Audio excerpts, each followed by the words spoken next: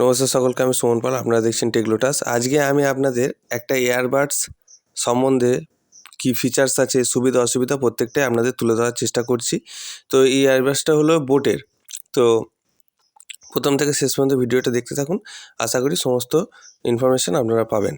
তো এই ইয়ারবাডসটার নাম হচ্ছে বোট এয়ারডপস সুপ্রিম। তো এটা আপনার আসে 1500 টাকার নিচে, 1 টাকা কম, 1500 টাকা, মানে 1499 টাকা। তারপরে হচ্ছে যে ব্লুটুথ, মানে এর প্রধান ফিচার হচ্ছে ব্লুটুথ 5.3 আছে। ড্রাইভার দেওয়া আছে 10mm ডাইনামিক ড্রাইভার আছে। আর ইএনসি মানে হচ্ছে যে এনভায়রনমেন্টাল নয়েজ ক্যান্সেলেশন, কলের সময় বাইরের শব্দ কমায়। মানে ইএনসি আছে যে এনভায়রনমেন্টাল নয়েজ ক্যান্সেলেশন আছে, কলের সময় বাইরের শব্দ কমায়। তারপরে আছে যে বিস্ট মোড, মানে হচ্ছে কম লিটেন্সিতে গেমিংয়ের জন্য উপযোগী।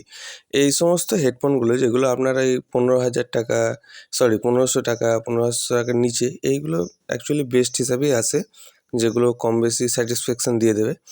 তো সেই ক্ষেত্রে বিস্ট মোড, যেটা কম লেটেন্সি ও গেমিংয়ের জন্য উপযোগী, এটা দেয়ায়, এটা আমি যত নেক ব্যান্ড বা বাডস রিভিউ করেছি তার মধ্যে এটা খুব কমই পেয়েছি।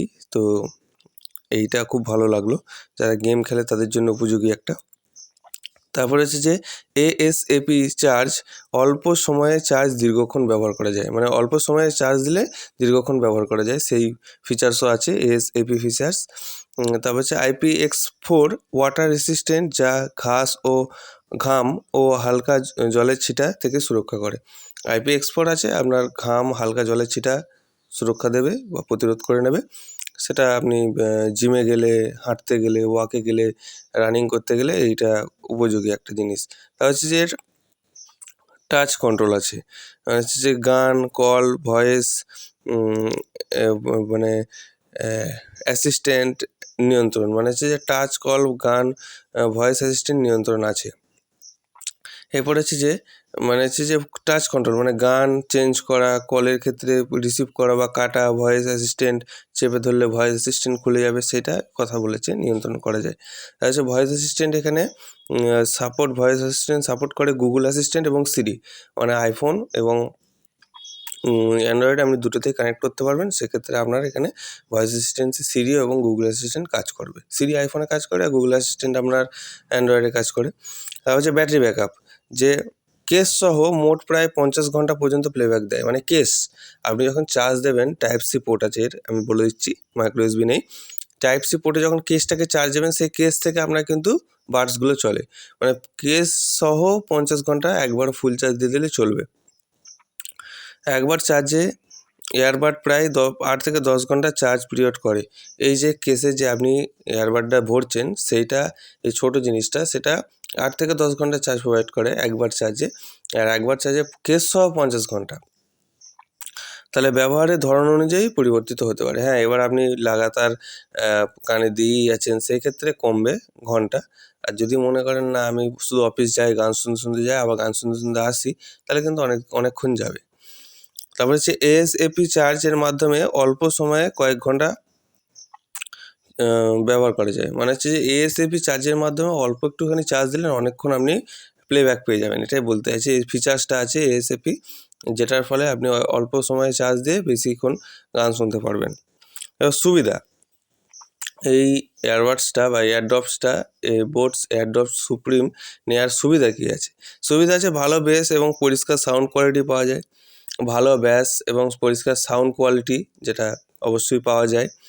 এবং হচ্ছে যে দীর্ঘ ব্যাটারি ব্যাকআপ দেয়। 50 ঘন্টা কম নয়। যদি আপনি লাগাতার একটা নিয়মমাফিক একটু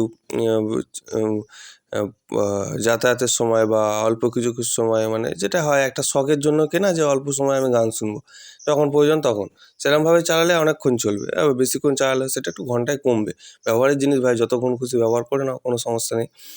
তারপরে সেই ইএনসি থাকার কলের সময় কণ্ঠস্বর ও তুলনামূলক পরিষ্কার শব্দ শোনা যায়। ইএনসি থাকায় মানে আপনার বাইরের আওয়াজ আসবে না।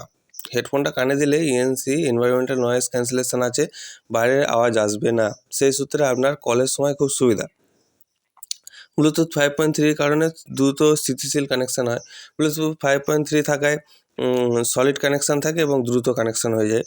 এবার হচ্ছে বিস্ট মোড গেমিং এর জন্য উপযোগী, যারা গেম খেলেন নেকব্যান্ডও পছন্দ করে না, তারবেলা হেডফোনও পছন্দ করে না, তাদের বাডস পছন্দ, তো এটা তারা নিতে পারো, খুবই ভালো গেমিংয়ের ক্ষেত্রে। লো লিটেন্সি আছে, হালকা ও আরামদায়ক ডিজাইন হালকা আরামদায়ক, কানে আছে মনে হবে না। IP64 ওয়াটার রেসিস্ট্যান্ট থাকায়ও জিম করার সময় এবং হাঁটার সময় নিশ্চিন্তে ব্যবহার করা যায়। অবশ্যই এটা আমি আপনাদের বললাম। USB Type-C আছে, আগেই বলে দিয়েছি। এবং অসুবিধাসমূহ যেটা এর মধ্যে নেই সেটা হচ্ছে যে ANC অ্যাক্টিভ নয়েজ ক্যান্সেলেশন নেই, ওয়্যারলেস চার্জিং সাপোর্ট নেই, খুব বেশি ভিড়ে বা হালকা বাতাসে এর কোয়ালিটি কিছুটা কমতে পারে। দেখুন হালকা বাতাসে মানে যে কোথাও ঝড় দিচ্ছে বা ট্রেনের গেটে দাঁড়িয়ে আছেন, হাওয়া আসছে, সেক্ষেত্রে কিন্তু সামনের জন্য নয়েজ পাবে, আপনারা শুনতে অসুবিধা হবে।